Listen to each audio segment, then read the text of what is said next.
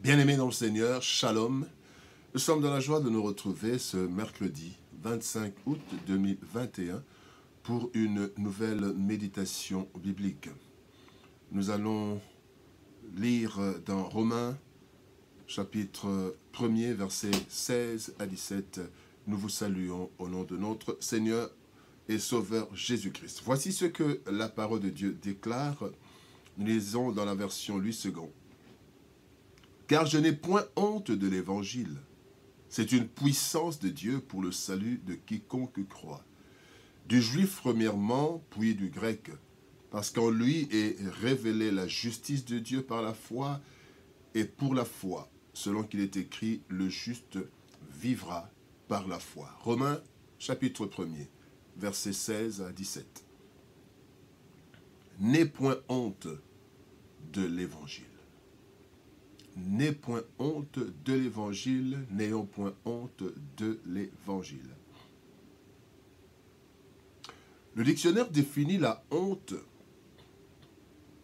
comme un sentiment désagréable d'humiliation. Il y a des choses ou des situations dont nous avons honte. Pour certains, la honte ne se ressent qu'en public, alors qu'ils font ces choses en cachette ou dans un environnement particulier.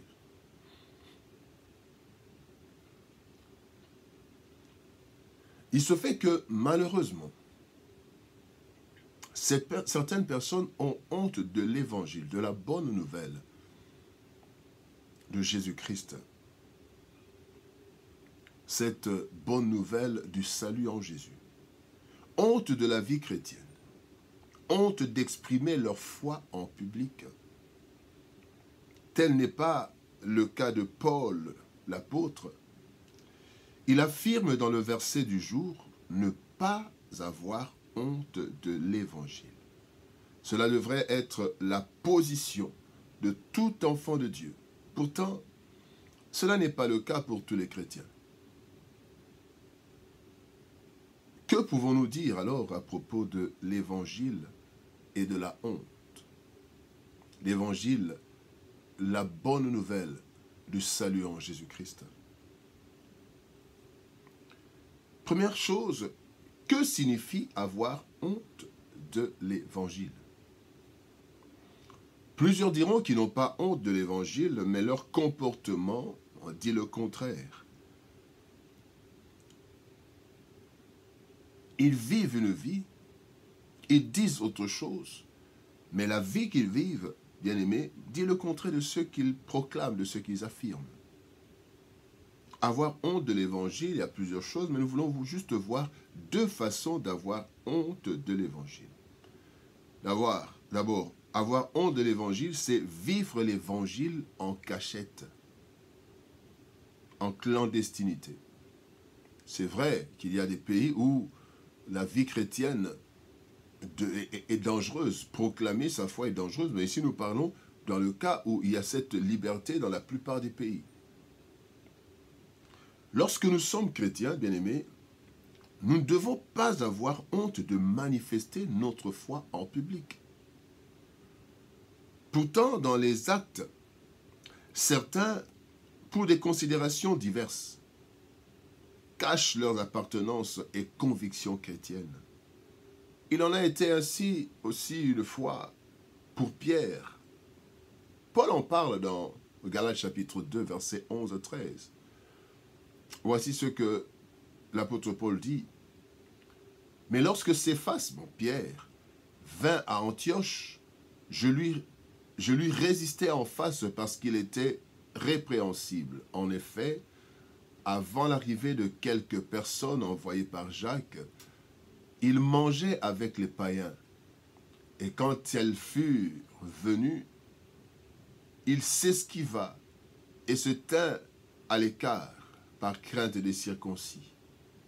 Avec lui, les autres Juifs usèrent aussi de dissimulation en sorte que Barnabas même fut entraîné par leur hypocrisie. En fait, quand ils étaient avec des Juifs, Pierre a eu honte d'exprimer ça. sa vie chrétienne, son identité. Et il a commencé à manger, il a commencé à faire... Mais c'est quand les circoncis, les chrétiens sont venus, qu'il sait maintenant, il a cherché à montrer cette foi. Et plusieurs le font. N'ayons point honte, bien-aimés, de montrer à tous que nous sommes chrétiens par nos paroles, ainsi que notre comportement, nos prises de position. Plusieurs chrétiens ont honte de l'évangile dans leur milieu professionnel. Ils ne veulent pas qu'on sache qu'il est chrétien. Pourquoi? Un peu comme Pierre qui a renié Christ, qui n'a pas voulu qu'on sache qu'il était disciple du Christ. Ou ici dans ce cas, où il n'a pas voulu manifester sa foi chrétienne. La deuxième façon, bien aimé, d'avoir honte de l'évangile, c'est de ne pas l'annoncer. Donc, ne pas annoncer l'évangile. Croire à l'évangile qui nous a été annoncé est une chose. En parler en est une autre. Christ nous a demandé de faire de toutes les nations des disciples. Cela sous-entend parler du Christ à tout le monde, en toutes circonstances. L'apôtre Paul dit même que nous devons annoncer cet évangile en toute occasion. Il est écrit dans 2 Timothée 4, 2, « Prêche la parole, insiste en toute occasion, favorable ou non, reprend, censure, exhorte avec toute douceur et en instruisant. » En toute occasion, favorable ou non. Et encore l'apôtre Paul insiste sur le témoignage en disant « Ce n'est pas un esprit de timidité, donc de honte, que Dieu nous a donné, mais un esprit de force, d'amour et de sagesse. N'aie donc point honte du témoignage à rendre à notre Seigneur, ni de moi, son prisonnier, mais souffre avec moi pour l'évangile. » Bien-aimés, n'ayons pas honte d'annoncer l'évangile par notre témoignage et par la prédication. Annonçons-le à nos frères, annonçons-le dans nos parcelles, annonçons-le sur les réseaux sociaux. Annonçons la parole de Dieu et témoignons de notre appartenance à Jésus-Christ. Et bien après avoir vu que signifie avoir honte de l'évangile, il y a plusieurs façons d'avoir honte, mais nous sommes limités à 2. Nous voulons voir maintenant l'évangile, seule voie de salut pour l'humanité. Bien-aimé, le texte du jour nous donne une révélation. L'évangile est une puissance pour le salut de quiconque croit. La Bible en parle clairement dans Romains chapitre 10. Quand nous lisons le verset 13 à 15 et puis le verset 17, c'est qu'est-ce qu'il est écrit? Car quiconque invoquera le nom du Seigneur sera sauvé. Quiconque invoquera le nom du Seigneur sera sauvé. Et voilà la suite.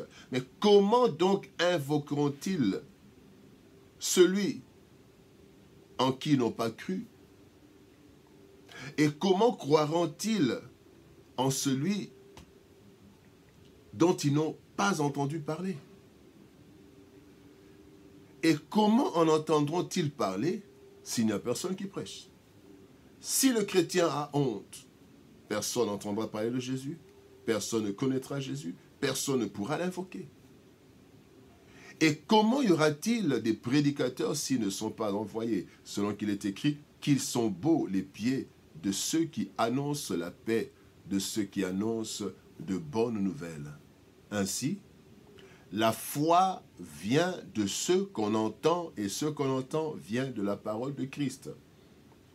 Et donc, sans la parole, sans l'évangile, il n'y a pas de foi. Et sans la foi, il n'y a pas de salut. Parce que le salut, en fait, nous l'obtenons comment? C'est une grâce. Nous sommes sauvés par grâce, mais le moyen d'obtenir cette grâce, de saisir cette grâce, c'est la foi. Et donc, quand on n'a pas la foi, il y a de l'électricité, mais quand on n'a pas le système, donc l'installation électrique dans la maison, on peut avoir de l'électricité dans le quartier, mais comment avoir cette électricité? Il faut avoir l'installation électrique. Et l'installation électrique, c'est ça la foi.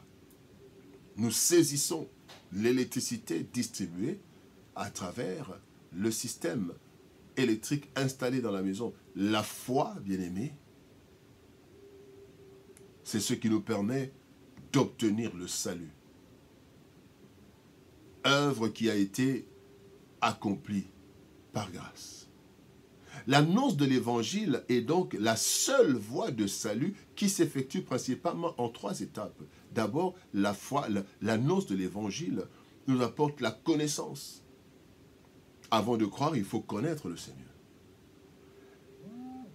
La foi, l'évangile, l'annonce de l'évangile nous apporte la libération. La connaissance de la vérité libère. Vous connaîtrez la vérité vous affranchira.